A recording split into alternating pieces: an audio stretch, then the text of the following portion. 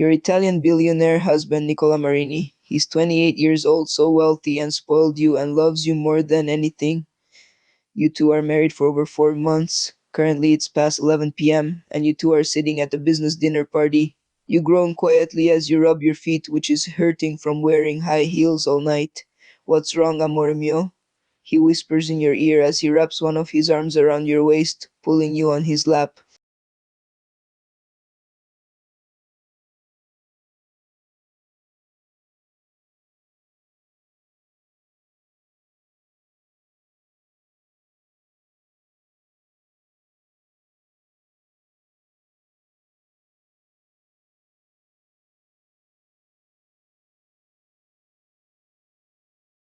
That's why I told you to wear more comfortable shoes, he says as he turns you on his lap so you can face him.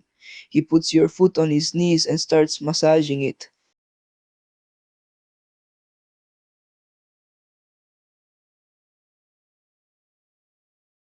He stares at you for a few seconds with a loving gaze before going back to massaging your foot. Don't worry, once this party is over, I'll make you a warm bath and massage every inch of your body, he whispers in a low, deep tone.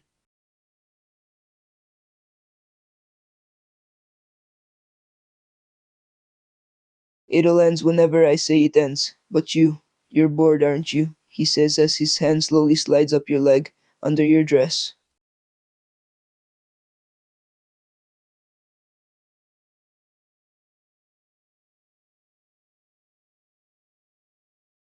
He smiles, he loves it when you act like a bratty princess.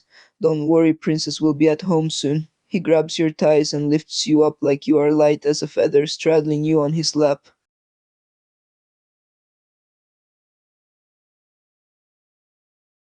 I don't care, they can stare all they want, he answers with a possessive look on his face as he wraps one of his arms around your waist, placing his hand on your hip.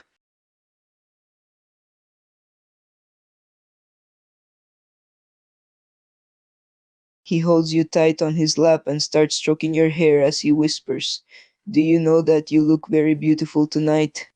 Stunning." He smiles and lightly slaps your thigh.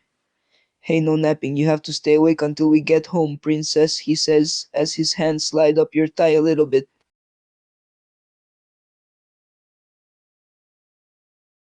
He chuckles and nods. "Okay, we're going home, princess." He starts to stand up with you still on his lap, his hand gripping tight onto your thighs.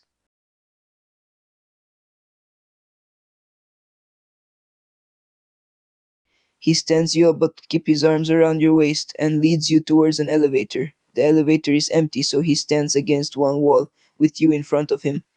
His back against the walls and your back pressed on his chest as he holds onto your hips. Once inside the elevator, he wraps an arm around your waist, holding you against him as he presses the button to the penthouse. He stares at the back of your head and chuckles quietly. "You know you look adorable right now, all sleepy," he whispers.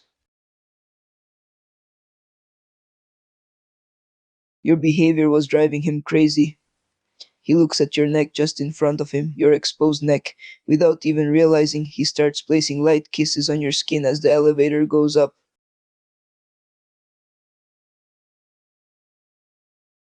He chuckles and whispers on your ear, his breath hot on your skin. "It's only the two of us here, princess." His lips are still on your neck and he starts nibbling on it gently. "And you just sound adorable when you're sleepy. I can't control myself." He continues placing kisses on your neck and shoulder.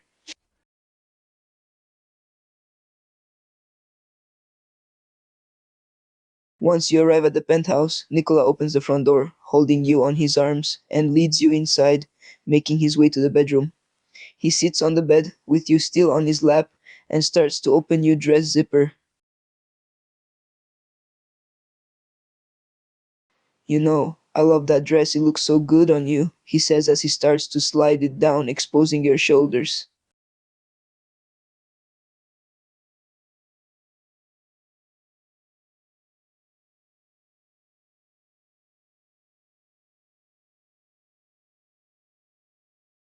He responds with a groggy and sleepy voice. Amor.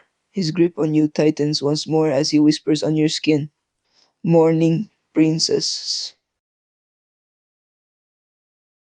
He lifts his head up slightly and looks at you, his eyes still heavy with sleep.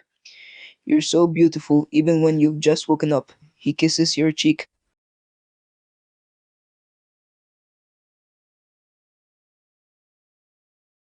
He lets out a soft chuckle and wraps his arms around you, holding you against his chest.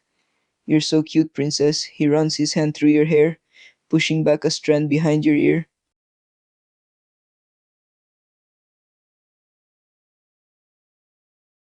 He lets out a soft hum, a sound of acknowledgement, as he continues to run his hand through your hair, his touch gentle.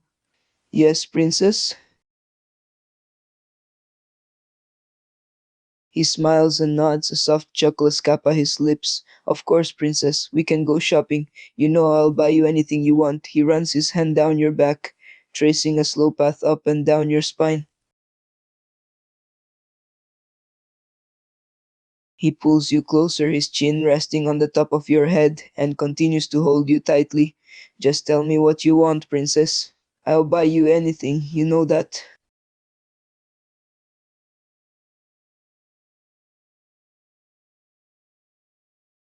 He hums, his tone slightly distracted as he continues to hold you close. Yes, amor. He tenses slightly, his grip on you tightens for a moment as he looks down at you. Kids? There's a mix of surprise and hesitation in his voice, as if he was caught off guard by the question.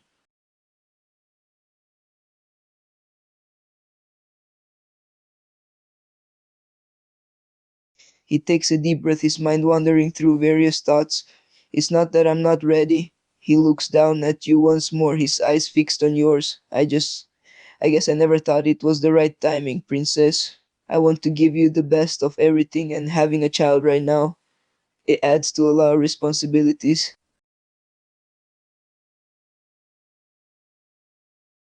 He sighs and caresses your cheek. I love the idea of having kids with you, princess. Honestly, I do. But right now, I think it's not the right time. We have so much going on with work and everything else. His gaze is softer, a mixture of worry and hesitation swirling in his eyes.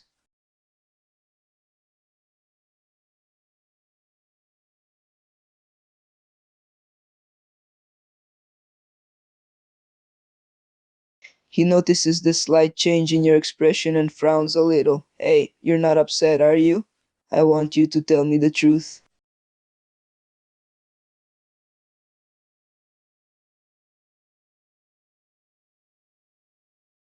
He looks at you for a moment, searching your face for any hint of dishonesty, but he seems satisfied with your response and lets out a slight sigh. He sits up too, the sheets pulling around his waist, his chest exposed.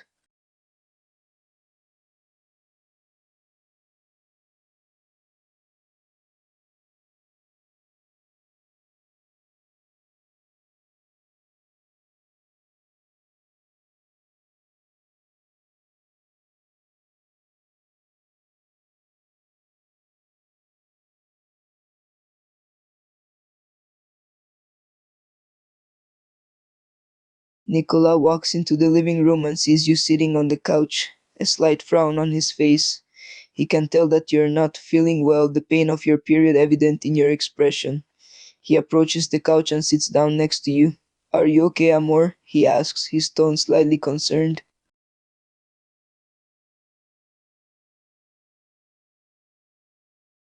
He places a hand on your thigh, rubbing it gently. I know it does, he says, his tone sympathetic. Is there anything I can do to help? He looks at you, his green eyes soft and full of concern.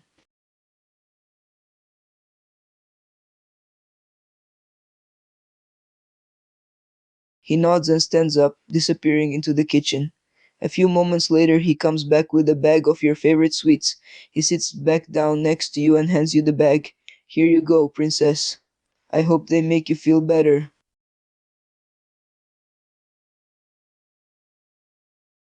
He wraps an arm around your shoulders, pulling you closer to him. He watches the TV with you, his gaze flickering between the screen and your face. Every now and then he glances at you. noticing the small wins you make every time a cramp shoots through your body.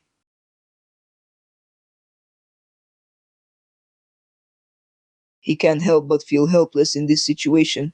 He wants to take your pain away, but he knows there's not much he can do. He continues to hold you, his hand rubbing small circles on your shoulder, trying to provide some sort of comfort.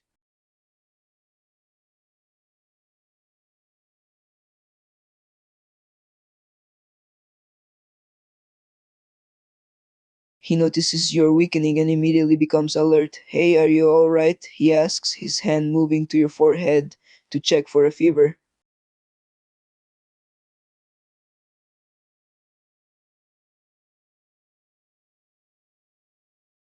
He catches you just in time as you start to fall. He lifts you up in his arms, cradling you against his chest. Hey, hey, hold on, princess, he says, his voice filled with worry.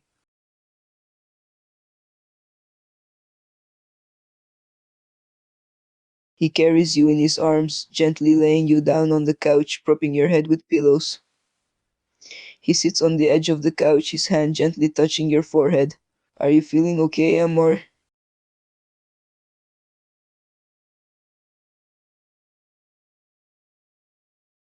He studies your face, taking in your tired expression and the paleness of your skin.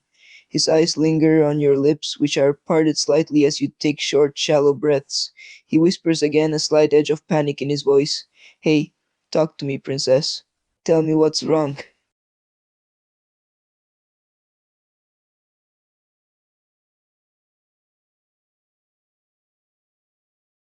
Nicola looks up as Daniel approaches, his expression still filled with concern. He lets out a frustrated sigh and nods.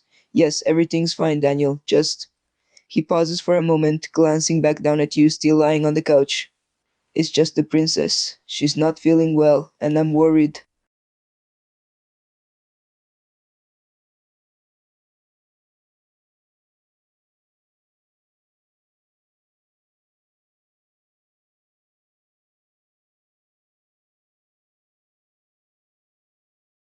Daniel nods, a sympathetic look on his face. I understand, Mr. Marino. Is there anything I can do to help?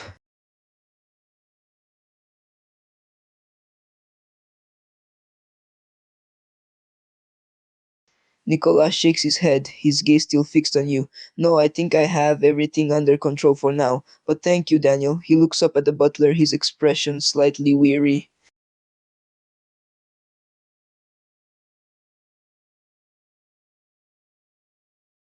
Daniel nods again, his eyes darting towards you and then back to Nicola. Of course, Mr. Marino. Let me know if you need anything. He turns and leaves the room, leaving Nicola alone with you, his thoughts still swirling with worry.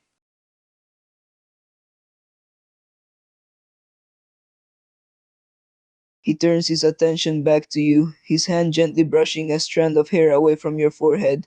He leans down close to your ear, his voice softly and barely a whisper. Princess, can you hear me?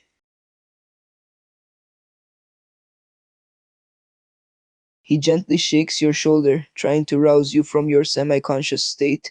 His brows are furrowed, a mixture of concern and worry etched on his face.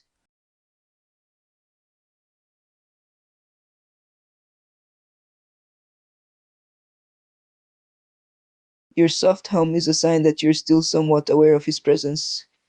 He breathes a sigh of relief, gently stroking your hair. Talk to me, amor.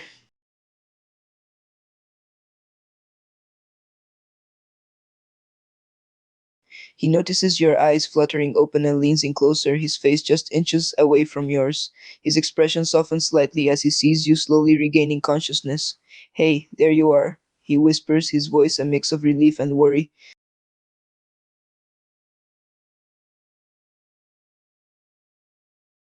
He nods, his arms scooping you up from the couch. He lifts you up, bridal style, carrying you towards the bedroom.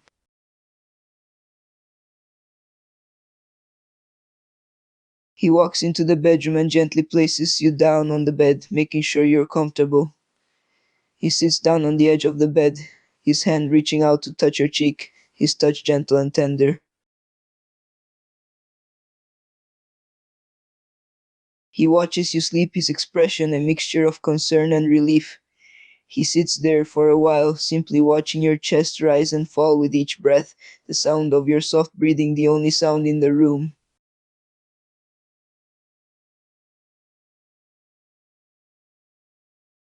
He reaches out and gently brushes a strand of hair away from your face, his touch feather-light. He whispers softly to himself, his voice barely above a whisper. My princess, please get better soon.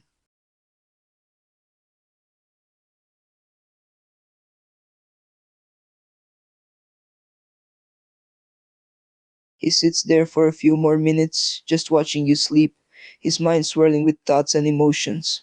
Every now and then he would reach out to touch your face or brush back a strand of hair, as if he was unable to resist the urge to touch you. Finally, he lets out a sigh and stands up, his eyes still fixed on you. He whispers softly, I'll be right back, amore mia.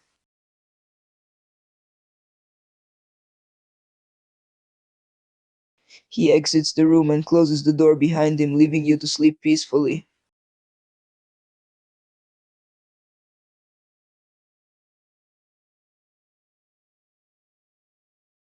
After a few moments, he returns, holding a glass of water in one hand and a painkiller in the other. He walks over to the bed and sits down on the edge, carefully placing the water and the painkiller on the bedside table. He looks at you for a moment, his gaze tender and full of worry.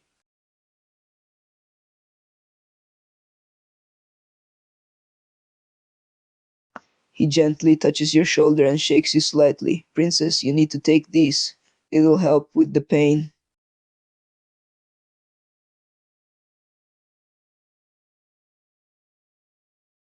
He gently lifts you up into a sitting position, placing some pillows behind your back to prop you up.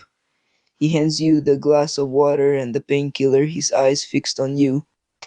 Here, take these.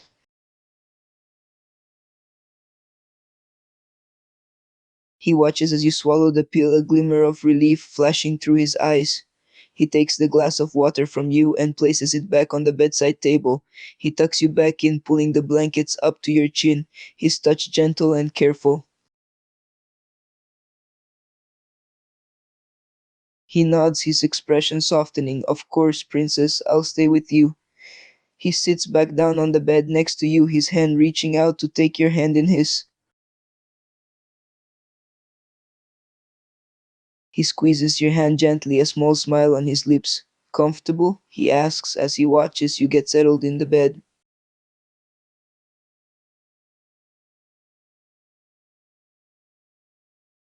He smiles gently and shakes his head. Don't apologize, princess. It's not your fault. I just want you to feel better. He lifts your hand to his lips and places a soft kiss on your knuckles.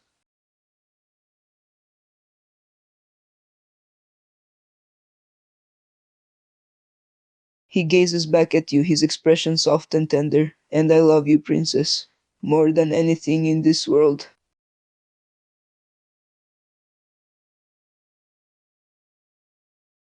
He squeezes your hand, his gaze fixated on you. Get some rest, princess. I'll be right here, watching over you.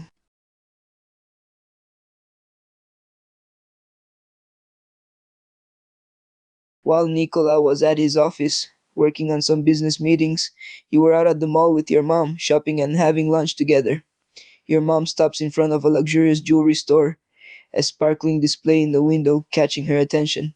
Oh, look at this necklace, sweetheart, she says, tapping your arm. She nods, her eyes fixed on the sparkling necklace. It's absolutely gorgeous. It will go perfectly with your evening gown. She glances at you, a small smile on her lips. She laughs softly and shakes her head. Oh, sweetheart, you know I can't afford something like that, she says, a slight hint of disappointment in her voice.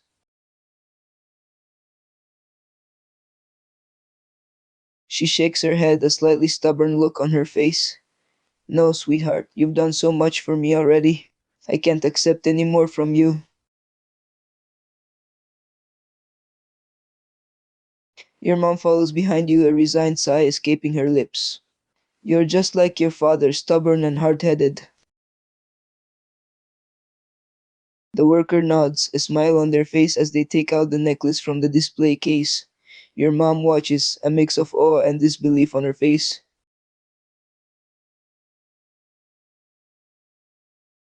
The worker places the necklace on the counter and looks at you. This necklace is made of real diamonds and 18-karat white gold. It's a limited edition piece made by a famous jewelry designer. The price is $15,000. The worker nods and starts to wrap the necklace in a luxurious velvet box. Your mom, who had been silently watching, finally speaks up. Sweetheart, that's a ridiculously expensive necklace. You're spoiling me too much. Your mom's expression softens at your words, and she can't help but give you a small smile. I know, sweetheart, but you shouldn't be spending so much money on me.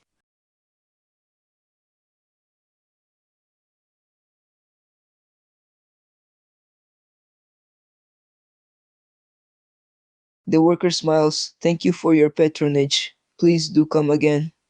You take the bag from the worker and turn to your mom, the gleaming necklace inside the box, a symbol of your unwavering love. She gently takes the bag from you, her eyes widening as she looks at the luxurious logo. She opens the bag and looks at the velvet box inside, a mix of surprise and disbelief on her face. Sweetheart, you really didn't have to. This too much. She walks beside you, still holding